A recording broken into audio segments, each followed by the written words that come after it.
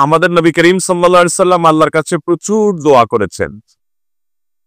তার প্রতিটা পদক্ষেপ ছিল দোয়া, দোয়া, দোয়া। আদ-দুআউ হুয়াল ইবাদা, দোয়াটাই ইবাদত। মান ইউরিদিল্লাহু বিহি খায়রান ইফাক্কিহু ফিদ-দীন। নবী করিম সাল্লাল্লাহু আলাইহি সাল্লাম বলেছেন, আল্লাহ রাব্বুল আলামিন যার কল্যাণ চান, যার ভালো চান, তাকে দ্বীন সম্পর্কিত বুঝ, দ্বীন সম্পর্কিত ইলম, দ্বীন সম্পর্কিত নলেজ, ইসলাম সম্পর্কে ধারণা দিয়ে দেন। যার ভিতরে এই ধারণা যত বেশি আছে, বুঝতে হবে এই লোকটা আল্লাহর কাছে তত বেশি প্রিয়, আল্লাহ তাকে তত বেশি পছন্দ এবং ভালোবাসেন। আমরা সবাই দুনিয়াটাই চাই, দুনিয়াটাই বেশিরভাগ মানুষ আমরা চাই। পয়সা কড়ি চাই, ধন দৌলত চাই, দোষের না। দুনিয়া চাওয়াটা কি না? আল্লাহ তাআলা নিজেই শিখাইছেন দোয়া, রব্বানা আতিনা ফিদ দুনিয়া হাসানাহ ওয়া ফিল আখিরাতি হাসানাহ ওয়া কিনা আযাবান নার। কিছু লোক আছে যারা আল্লাহর কাছে শুধু দুনিয়া চায়। শুধু কি চায় ভাই?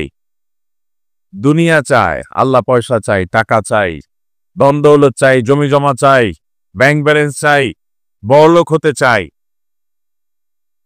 ওমা লাহুম ফিল আখিরাতি মিন খালাক। এই লোকগুলোর জন্য আখিরাতে কোনো কি নেই, অংশ। আর কিছু লোক আছে যারা আল্লাহ তাআলার কাছে বলে, রব্বানা আতিনা ফিদ দুনিয়া হাসানাহ ওয়া ফিল আখিরাতি হাসানাহ। আল্লাহ দুনিয়াতেও ভালো চাই, আখিরাতেও।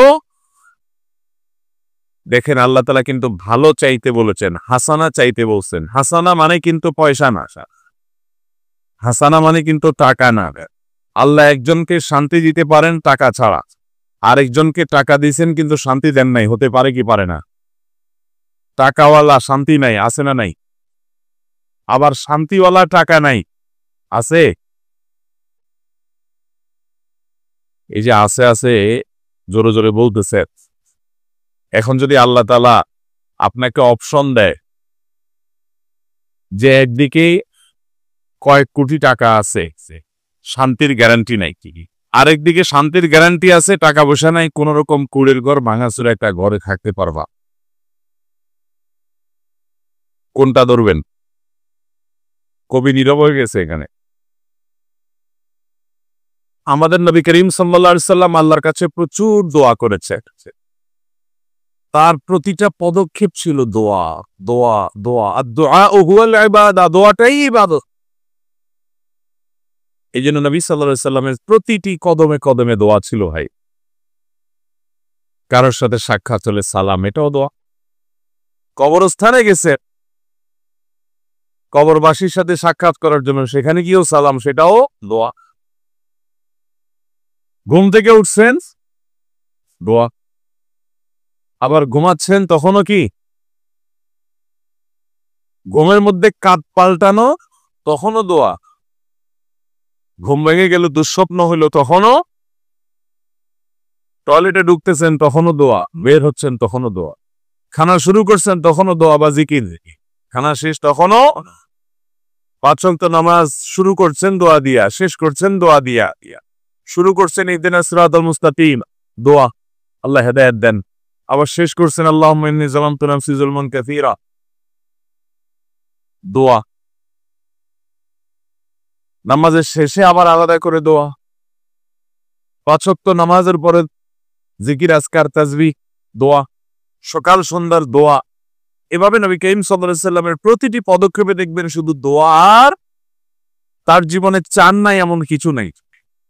তিনি আমাদেরকে শিক্ষা দিয়েছেন, যদি কখনো জুতার ফিতাটা ছিঁড়ে যায়, তখনও আল্লাহর কাছে দোয়া করো। এটা মনে করিও না আরে জুতার ফিতা ছিঁড়ে গেছে, এটা আর এমন কি, এটা তো হাত দিয়ে লাগাই ফেলতে পারবো।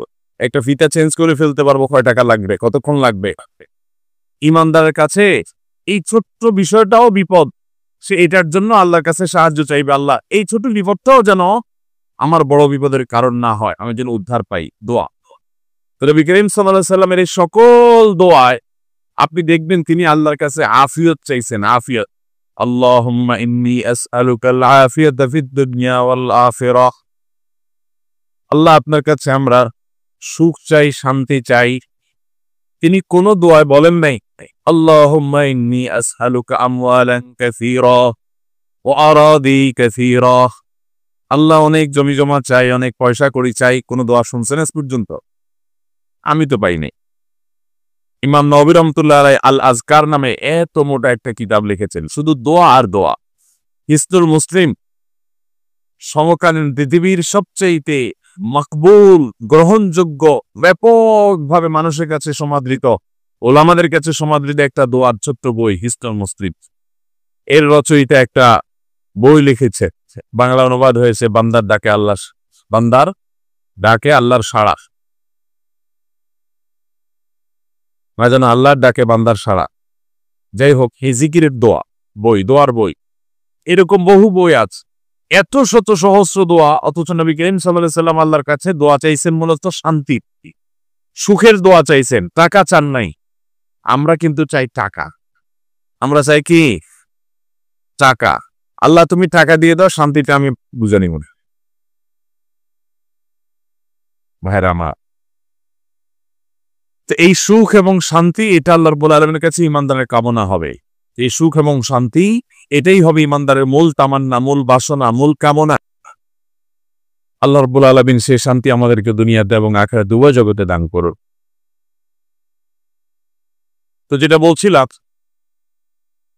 মাদ্রাসার শিক্ষার্থীরা মাদ্রাসায় পড়াশোনা করে তারা ভালো মানুষ হয়। তারা কখনো খারাপের পথে সচরাচর পা বাড়ায় না। তারা অসৎ পথে হাঁটে না, অন্যায় কাজ করে না, মানুষের হক মারে না। এটাই হলো স্বাভাবিক চিত্র, সাধারণ চিত্র, জেনারেল চিত্র। ব্যতিক্রম থাকতে পারে, খুবই রেয়ার। অতএব কোন এলাকাতে আল্লাহ রাব্বুল আলামিন কোন এলাকার মানুষকে পছন্দ করেন, ভালোবাসেন, এর প্রমাণ হলো ওই এলাকাতে ভালো মানের একটা দ্বীনি শিক্ষা প্রতিষ্ঠান দান করে। আমরা তো মনে করি আল্লাহ যাকে খুব পছন্দ করে একে মনে অনেক টাকা পয়সা দেয়। ভাইরা আমার, যত নবী রাসূল দুনিয়াতে এসেছেন, পয়সাওয়ালা কয়জন ছিলেন? কিন্তু পরিমাণে খুব বেশি। এর মানে এই না যে যারা পয়সাওয়ালা তারা আল্লাহর অপ্রিয়, আবার উল্টা বুঝিয়েন না। উদ্দেশ্য হলো আল্লাহ তাআলা যাকে পছন্দ করেন, ভালোবাসেন, তাকে কোরআন হাদিসের ইলম দান করেন, দ্বীন সম্পর্কিত ধারণা দিয়ে দেন, দ্বীনের প্রতি টান, ভালোবাসা, আকর্ষণ দিয়ে দেন। সে লোকটার পয়সা থাকতেও পারে, নাও থাকতে পারে। যদি কারোর পয়সা কড়ি থাকে, আবার দ্বীনের বুঝও থাকে, তাহলে এই লোকটা আল্লাহ তাআলার প্রিয় প্লাস সম্পদশালী। আর কাউকে আল্লাহ তাআলা অনেক পয়সা কড়ি জমা দিয়েছেন, কিন্তু আল্লাহ তাআলা তাকে দ্বীনের নলেজ দেন নাই, দ্বীনের বুঝ দেন নাই, দ্বীনের গুরুত্ব তার কাছে নাই, ফিকহ ফিদ্দীন তার মধ্যে নাই। এই লোকটা আল্লাহর পক্ষ থেকে কল্যাণ লাভ করলো না, কারণ যেগুলো সে কামাই করছে এগুলোর নাম কল্যাণ হতে পারে। অতএব একটা এলাকার মানুষ, তাদের গর্বের কারণ হলো একটা ভালো দ্বীনি মাদ্রাসা। অনেক দ্বীনি মাদ্রাসা, দ্বীনি শিক্ষা প্রতিষ্ঠান দেশে আছে। আল্লাহ রাব্বুল আলামিন এই প্রতিষ্ঠানগুলোর সাথে আমাদের সবাইকে সম্পৃক্ত হওয়ার তৌফিক দান করো। আপনারা সবাই সম্পৃক্ত হবেন তো ইনশাআল্লাহ? দ্বীনি শিক্ষা প্রতিষ্ঠানের সাথে সম্পৃক্ত হবেন, ওলামাদের সাথে সম্পৃক্ত হবেন, সন্তানদেরকে দ্বীনি শিক্ষা দিবেন। এমন একটা সময় আমরা আসছি, এই সময় সন্তানদেরকে দ্বীনি শিক্ষার উপরে প্রতিষ্ঠিত করা, এটা দুনিয়াতে আল্লাহর জমিনের সবচেয়ে কঠিন কাজগুলোর একটা হয়ে গেছে। সবচেয়ে কঠিন কাজগুলোর একটা। আমি প্রায় বলি, আপনার সন্তানকে আপনি ডাক্তার বানাবেন, ইঞ্জিনিয়ার বানাবেন, অনেক বড় শিক্ষিত বানাবেন, এমনকি আলেম বানাবেন, এই কাজগুলো এমন কঠিন কোনো কাজ না। একটু ভালো মাদ্রাসায় দিলেন, ভালো স্কুলে, ভালো কলেজে পড়াইলেন, একটু খেয়াল করলেন, একটু দেখভাল করলেন, তাহলে দেখবেন যে সে ভালো শিক্ষিত হয়ে গেছে। কিন্তু কঠিন কাজ হলো সন্তানকে মানুষ বানানো। কি বানানো?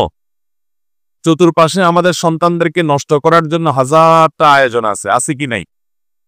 সন্তানদেরকে শিক্ষা দেওয়ার নাম করে কুশিক্ষা দেওয়া হচ্ছে, শিক্ষা দেওয়ার নাম করে নাস্তিকতাবাদ শেখানো হচ্ছে, শিক্ষা দেওয়ার নাম করে সন্তানদেরকে ভুল পথে নিয়ে যাওয়া হচ্ছে। এরকম ভয়ঙ্কর এক খেলা চলছে চতুর্দিকে। এই অবস্থা থেকে সন্তানকে ঈমানে শিক্ষা দেওয়া, তাকওয়ার শিক্ষা দেওয়া, এটা দুনিয়ার সবচেয়ে কঠিন কাজগুলোর একটা। আল্লাহ তাআলা আমাদের সন্তানদেরকে মানুষের মতো মানুষ হিসেবে গড়ে তোলার তৌফিক দান করুন। এই যে মাদ্রাসা, এই মাদ্রাসা সহ আরো যে সমস্ত দ্বীনি শিক্ষা প্রতিষ্ঠান আছে আপনাদের এই এলাকাতে, গোটা ফেনী জেলাতে, আশেপাশে, আল্লাহ রাব্বুল আলামিন সকল দ্বীনি শিক্ষা প্রতিষ্ঠানকে শত শত বছর এদেশে মানুষের দ্বীনি ইলম অর্জনের চাহিদা মেটানোর তৌফিক দান করুন। মোহতারাম হাজরিন, আল্লাহ রাব্বুল আলামিন কোরআনে হাকিমে বলেছেন, ফামান ইয়া'মাল মিসকালা যাররাতিন খায়রান ইয়ারাহ, যে ব্যক্তি যারা পরিমাণ ভালো কোনো কাজ করবে সে এটার বিনিময় আল্লাহর কাছে পাবে। আর ওমান ইয়া'মাল মিসকালা যাররাতিন শাররান ইয়ারাহ, আর যে যারা পরিমাণ কোনো খারাপ কাজ করবে সেটার তিরস্কার শাস্তিও সে আল্লাহর কাছে পাবে। আল্লাহর কাছে কোনো কিছু মিস হবে। অতএব আমরা আমাদের সন্তানদেরকে যদি বিপদগামী করে যাই, তাদেরকে ভুল পথে দিয়ে যাই, তাদেরকে যদি নাস্তিকতাবাদের দিকে ঠেলে দেই, তাদেরকে যদি আমরা নিছক নিরেট দুনিয়াদার বানাই, তাহলে সেক্ষেত্রে এর জন্য আল্লাহর কাছে জবাবদিহি আমাদের করা লাগবে কি লাগবে না? কারণ আমাদের সন্তানরা আমাদের কাছে আমানত। আমাদের সন্তানরা আমাদের কাছে কি ভাই? ইব্রাহিম আলাইহিস সালাম দোয়া করেছেন, রব্বি জাআলনি মুকিমাস সালাত ওয়া মিন যুররিয়্যাতি রব্বানা ওয়া তাকাব্বাল দুআ। তিনি দোয়া করেছেন, আল্লাহ আমাকে আপনি সালাত কায়েমকারী বানান, আমি যেন সালাত কায়েম করতে পারি, যথাযথভাবে সুন্দরভাবে নিয়মিত সালাত আদায় করতে পারি, সালাত যেন প্রতিষ্ঠিত করতে পারি, সঠিকভাবে আদায় করতে পারি, আমাকে সেই তৌফিক দান করেন। শুধু আমাকে না, ওয়া মিন যুররিয়্যাতি, আমার পরবর্তী যে প্রজন্ম আসবে, বংশধর আসবে, তারাও যেন সালাত কায়েমকারী হয়, সেই তৌফিক দান করেন। দেখেন, একজন আল্লাহর নবী, আল্লাহর একজন রাসূল, উলুল আজম মিনার রাসূল, সিনিয়র রাসূলদের মধ্য থেকে একজন, তিনি দোয়া করছেন শুধু নিজের জন্য না, সন্তান বলতে শুধু নিজের ছেলে মেয়ের জন্য না, যুররিয়াহ, পরবর্তী প্রজন্মের জন্য। একজন ইমানদার কত দূরদৃষ্টি সম্পন্ন! একজন ইমানদার তিনি তার প্রজন্মকে রক্ষা করবার জন্য, তাদেরকে কুফর থেকে, শিরক থেকে, নিফাক থেকে, ফুসুক থেকে, গোমরাহি থেকে বাঁচাবার জন্য কত বেশি অস্থির থাকবেন, ব্যাকুল থাকবেন, এই দোয়া থেকে আমরা শিখতে পারি।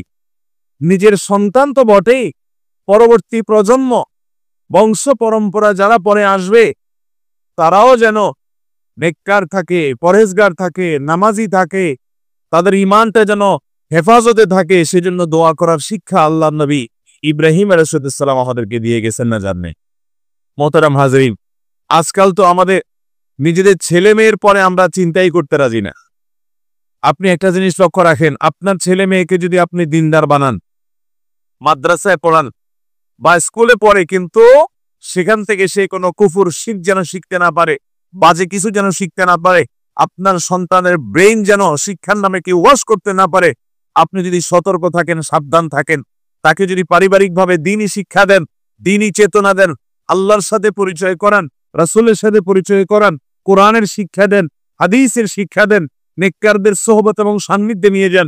আমি বহু কলেজে, বহু স্কুলে পড়ুয়া শিক্ষার্থীদেরকে দেখেছি, তাদের বাবা মারা দায়িত্বশীল, তারা বাবা মারা ইমানদার হিসাবে অত্যন্ত সচেতন। কারণ আল্লাহ নবী সাল্লাল্লাহু আলাইহি ওয়াসাল্লাম বলেছেন, আলা কুল্লুকুম রাইন ওয়া কুল্লুকুম মাসউলুন আন রাইয়াতিহি, তোমরা সবাই দায়িত্বশীল, আর তোমাদের সবাইকে যার যার দায়িত্ব সম্পর্কে জিজ্ঞাসাবাদের মুখোমুখি করা হবে। তোমার সন্তান যে আল্লাহ দিয়েছেন, তাদের ব্যাপারে তুমি দায়িত্বশীল, তুমি কতটা দায়িত্ব পালন করেছো, তাদের ঈমান যেন রক্ষা হয়, ঈমান যেন হেফাজতে থাকে, এই জন্য আল্লাহর কাছে জবাবদিহি করা লাগবে।